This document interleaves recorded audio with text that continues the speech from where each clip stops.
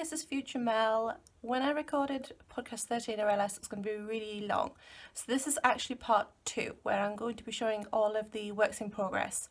All of the finished objects is in part 1, so be sure to check that out and I'll put the links down below. My first whip is actually crochet and it's huge, so I'm going to struggle to show this. But I mentioned earlier I'm trying to get through my old drop stash. So using the chunky stuff up creates a big dent. This is in Drops Eskimo and it's a big oversized crochet cardigan. This one is from Loop the Loop Crochet book, and I've adapted the pattern. It's supposed to be a lot longer this and have big wheels attached to the bottom, but I'm not doing that. So instead it's sort of a 3/4 length, kind of hits just below the bum, and I've just got the sleeves left to do. They shouldn't take long at all, and then the banding on the front. And yeah, I wanted a nice oversized cardigan, one that you can just kind of throw on. Obviously I'm not going to wear it this time of year, but one that would be fairly loose but not like super duper loose because it's bulky anyway. And I was have limited yardage, so this one worked well because it's a fairly loose weave. It's got a ripple pattern, as you can see. It's ripple all over, and yeah, I think it'll be fairly good at pretty much going with anything. By the time I podcast again, this will be finished, so hopefully I'll be podcasting fairly soon and this will be completed then, and I can show this a bit in more detail.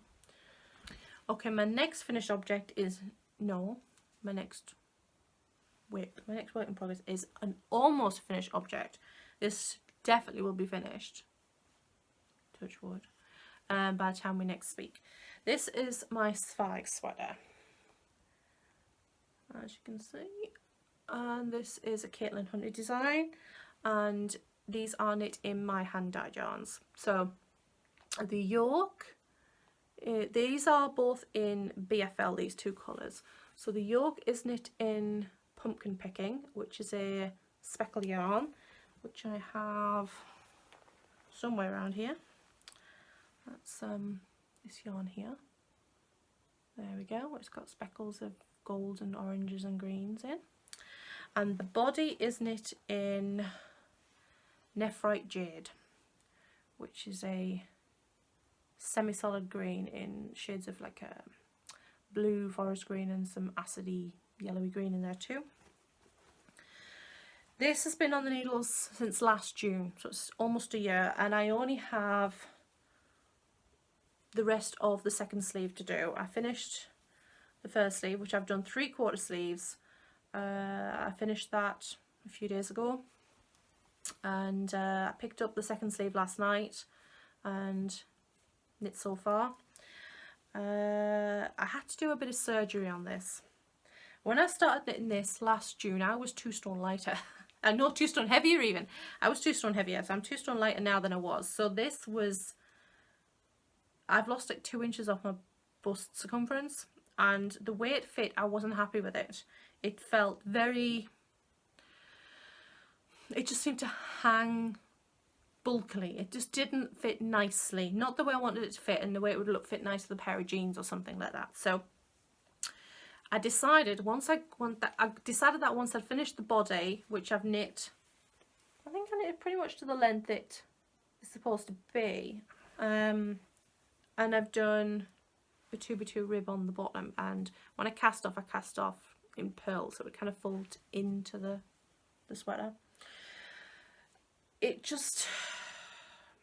was too big. So before I started knitting the sleeve, what I did was I cut my sweater from the underarm down to the bottom of the body. Before I knit the rib, what I did was I basically steeped each side under the arm.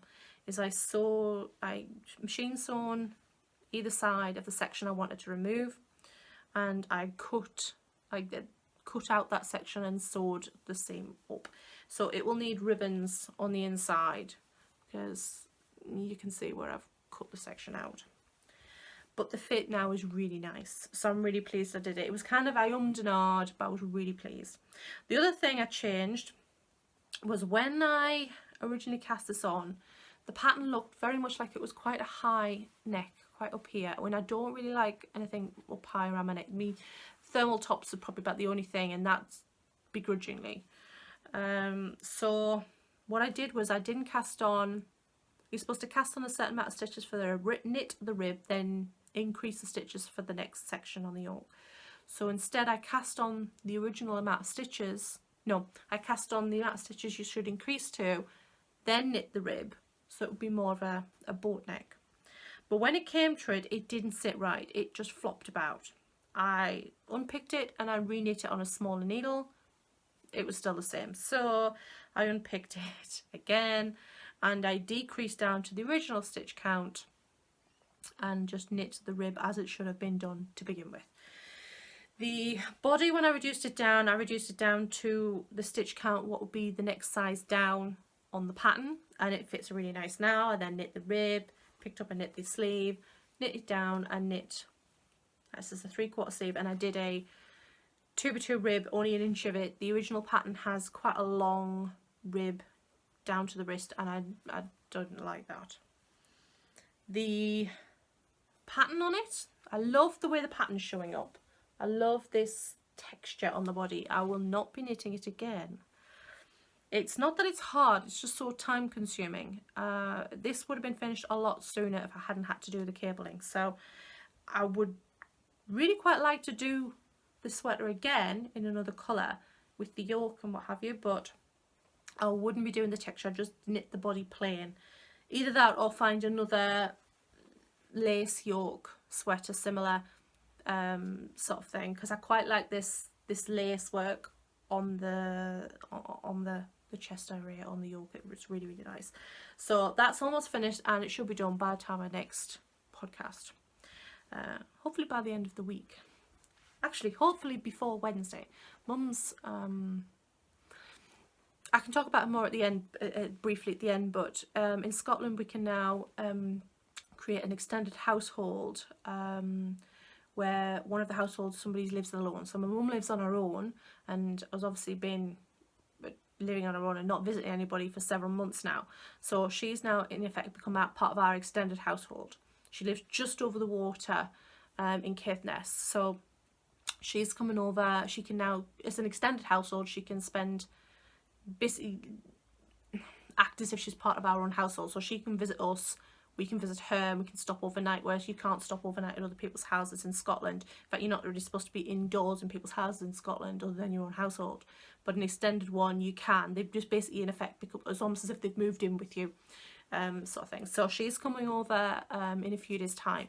And I'd like to get this finished before then, because I won't be able to cable knit whilst I'm talking to my mum. So I want it finished. So I could do the rib, but the cable bit, I'll just get myself in a pickle, because I'm having to helical knit alternating skeins as well, so I'll just get confused. Okay, next whip. Oh god, I'm getting really thirsty.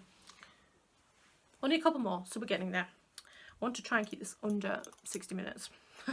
Next time should be. Okay, a quick cowl. Yes, another cowl. I wanted a quick, easy knit I don't have to think about, and this is the perfect one. This is hand spun yarn.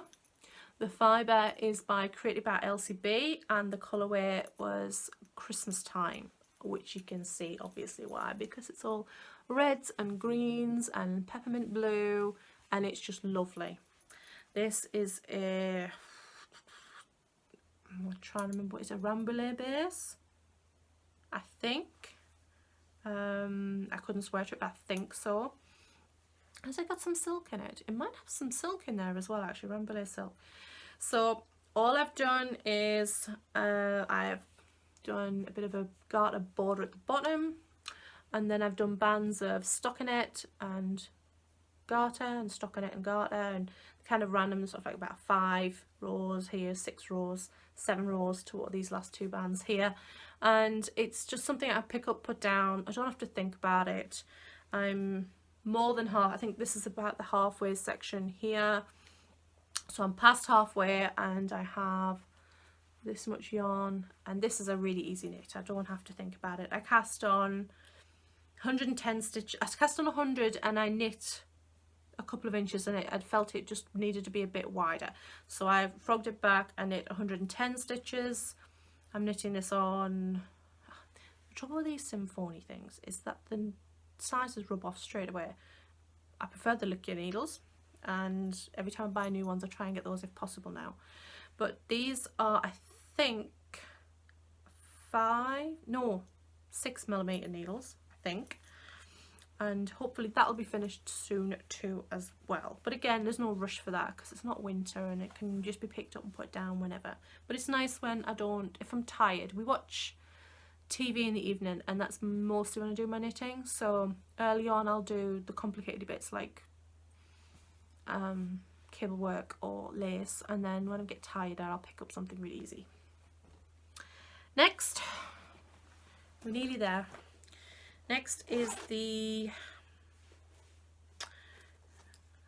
shawl that I'm working on, and this is the,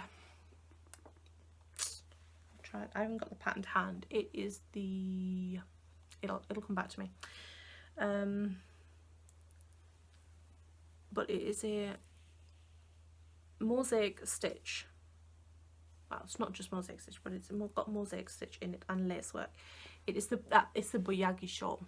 That's it. And it is knit with 2 skeins or 2 colours. And what I'm using is from Ulan yarns from Ireland, which I picked these up at Perth Yarn Festival last year. And the colourways are Kiln, I believe is this beigey colour, and I can't remember the other colour, but it's this nice kind of grey green, dark grey green, and then there's this slightly pinky buff colour. So the yarns are this one and on this one, which is like buffs and greens, and these are 100% merino singles. Originally I started knitting this shawl with 2 other skeins of yarn, which I also got at Perth and look really nice together, but they're both really nice, but they weren't contrasting enough. They were quite busy yarns and dark, and you couldn't see the contrast, or they didn't really show up the yarns very well and the texture and the colours in the yarn. So I'm going to use those for something else, potentially a gradient sweater. But instead these work well. There's enough contrast to see. It's got a garter section, it's got a mosaic section, then lace, then more mosaic, then more garter, I believe. And it's working out really well. Really pleased with it. I haven't gotten very far with it because I've been focusing on the swag, but hopefully I'll be a bit further on within the next couple of weeks. Okay, final one. Oh, right. Alpaca. This is alpaca. I'm going to be itching like mad. I haven't got far, and this is only just cast on. I've cast on the bottom rib for a cardigan, and this cardigan is the Ichabod Cardigan by Andy Sutherland. I think I got that right.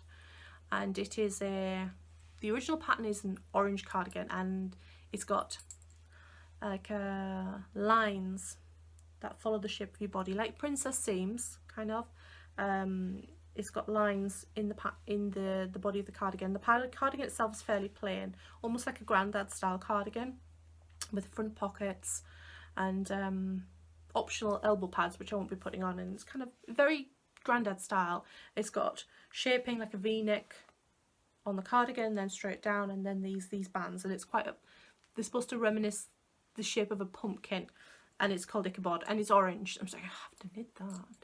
So I'm using, again, more drop stash. I'm using drops 100% alpaca, and I'm holding it double.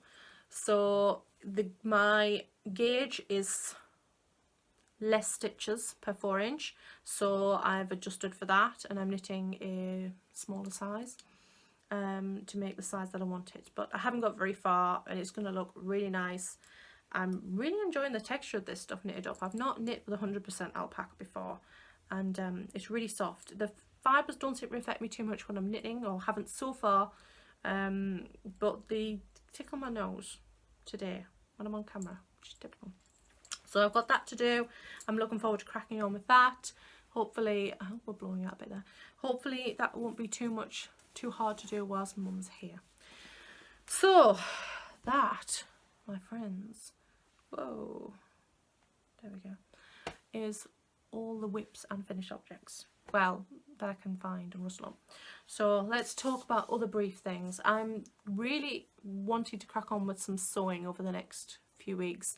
I have a lot of fabrics. I've been bringing them in from the caravan. We have like a caravan that used to be my dye studio, and kind of used to camp out in when we were first renovating, and most of my fabrics have been out there, and some of them still are, but I've been bringing them into the house, where I've set up a craft room for sewing and my yarns and stuff upstairs.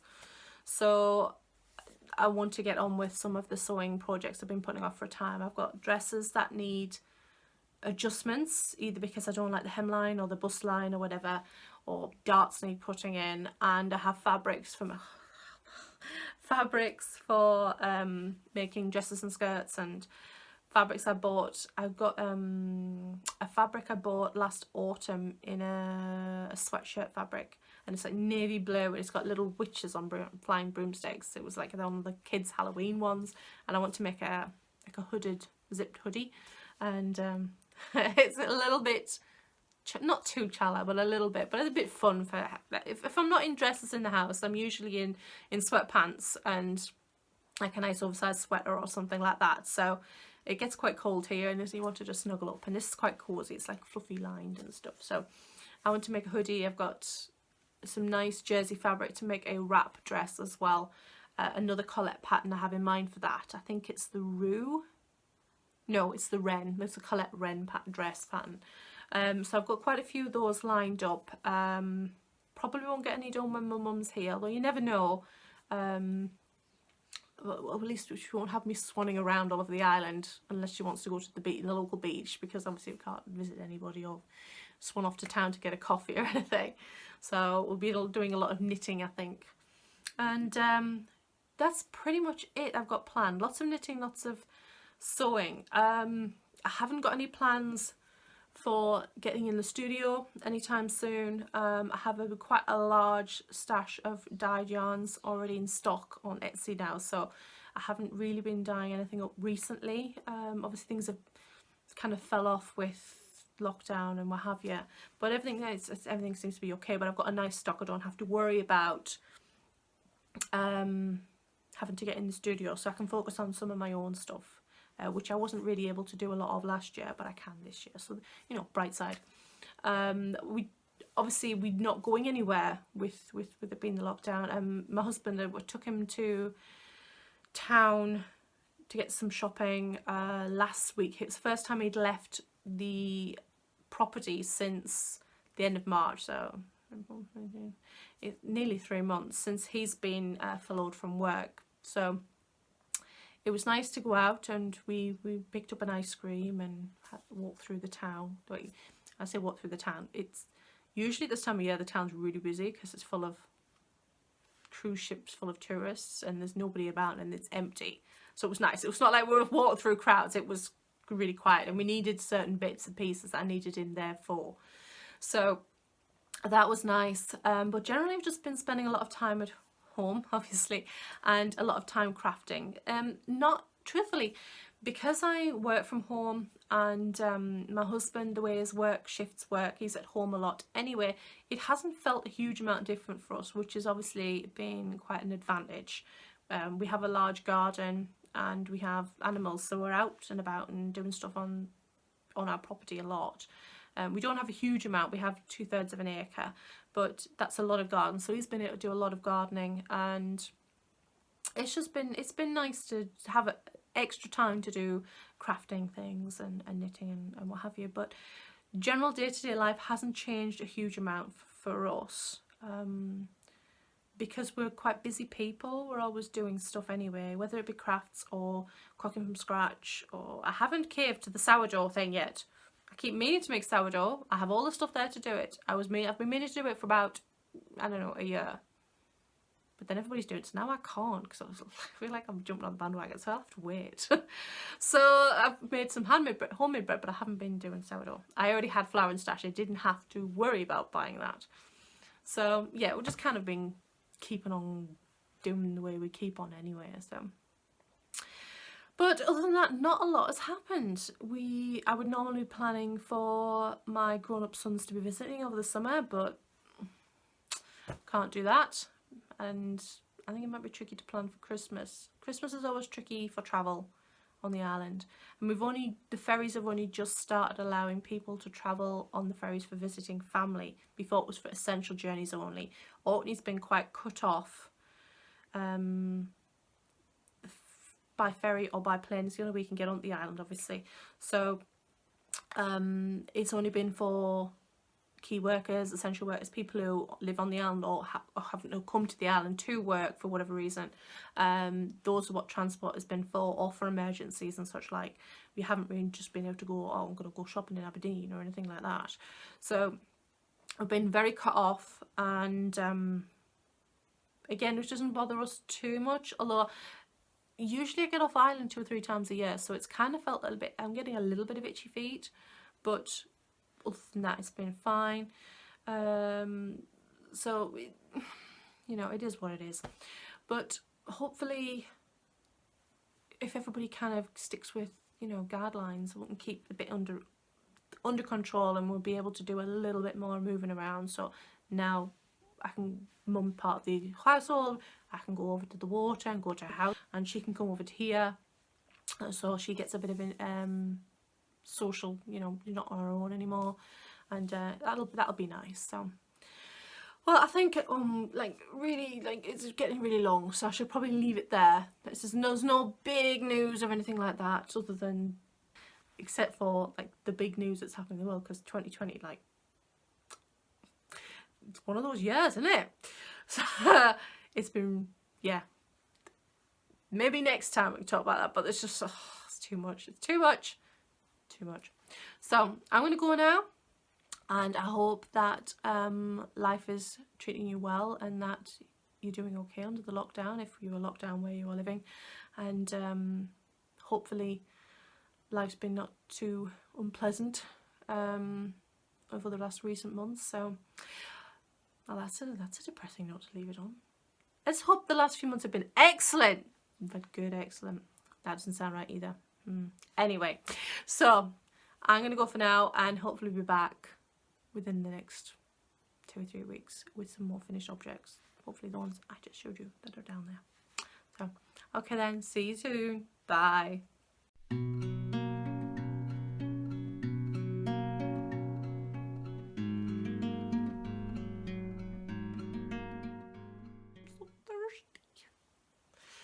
I should have brought everybody. Bad podcaster. I don't have like a mug in my hand drinking my herbal tea or hot chocolate. I should have brought hot chocolate.